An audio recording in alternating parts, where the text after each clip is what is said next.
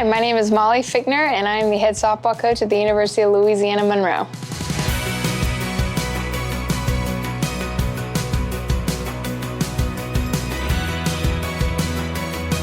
Growing up, I was extremely competitive, loved sports, always had a ball in my hand no matter what it was, and over the years I just played as many sports as I could, and then when I got to high school, my dad was like, okay, I think we need to, take it down a notch and pick one sport, and I picked where my true passion, true love was, and that was softball. I remember growing up, a lot of my idols, a lot of the people I tried to emulate was who you saw on TV, and a lot of that was Major League Baseball. The only softball players you knew were the Olympic players, the Stacey Newmans, the Jenny Finch, and you grow up in that era, but you couldn't watch them all the time. And now to be sitting here 10 years into coaching, and how many games are televised. And now all these young girls, they can look up to women that play. They have just pushed through that glass ceiling of what it means to be, a female student athlete and what those opportunities should look like. I don't think I could ever be more grateful for this day. I was very, very fortunate to learn from some incredible people in the softball community, and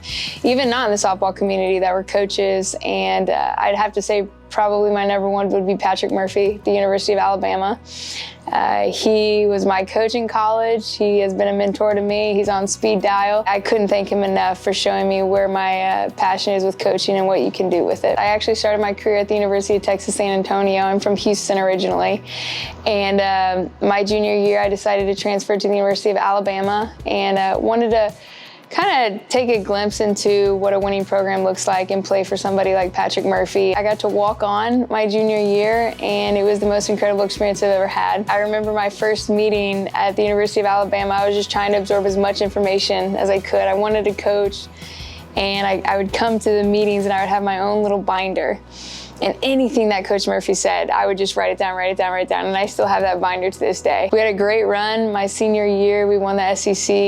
We were runner-up national champions, and I'm just forever grateful for him for taking a chance on me. I'd say one of the biggest challenges was when I was 12 years old, I was diagnosed with type 1 diabetes, and that was a big deal back then. That was 20 years ago, and so you had to take shots and injections, test your blood sugar all the time, and the technology wasn't near what it is now, and I'm so fortunate, as far as how that's progressed for our current student athletes that are type 1 diabetic, and just balancing that and managing it with the travel, the practices, the game schedule, that was probably the biggest challenge that I had. Mom and Dad always reminded me to, get back on the path of what really matters in your education and all of that. And I will tell you, they are my backbone to everything. I talk to them probably 2 times a day still. I'm 32 years old, and I still always call them for advice and help. And I guess it's like the quote says, the older you get, the more you realize that Mom and Dad actually know everything. I tell our girls all the time how fortunate I am to have found a career where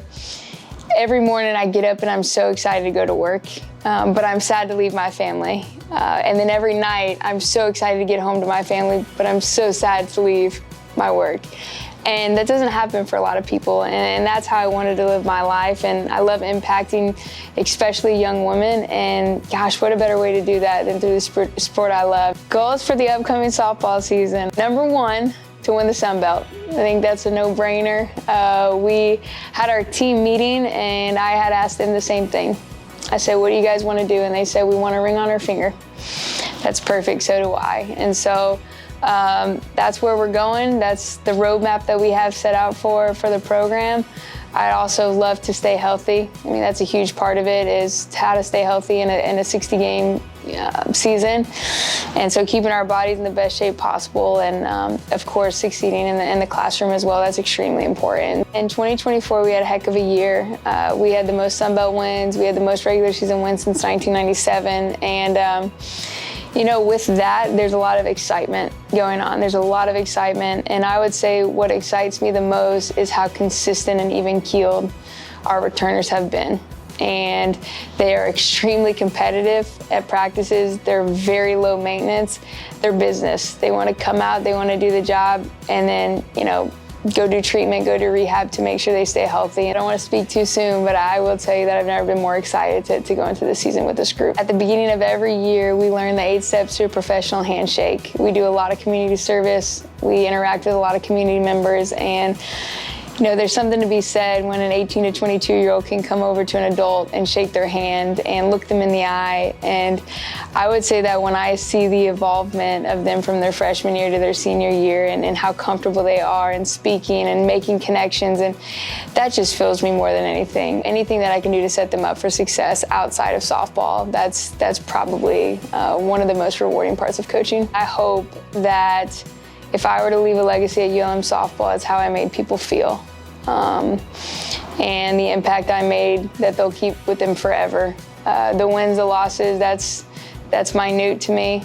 I want to be able to leave a lasting impression inside the hearts of people.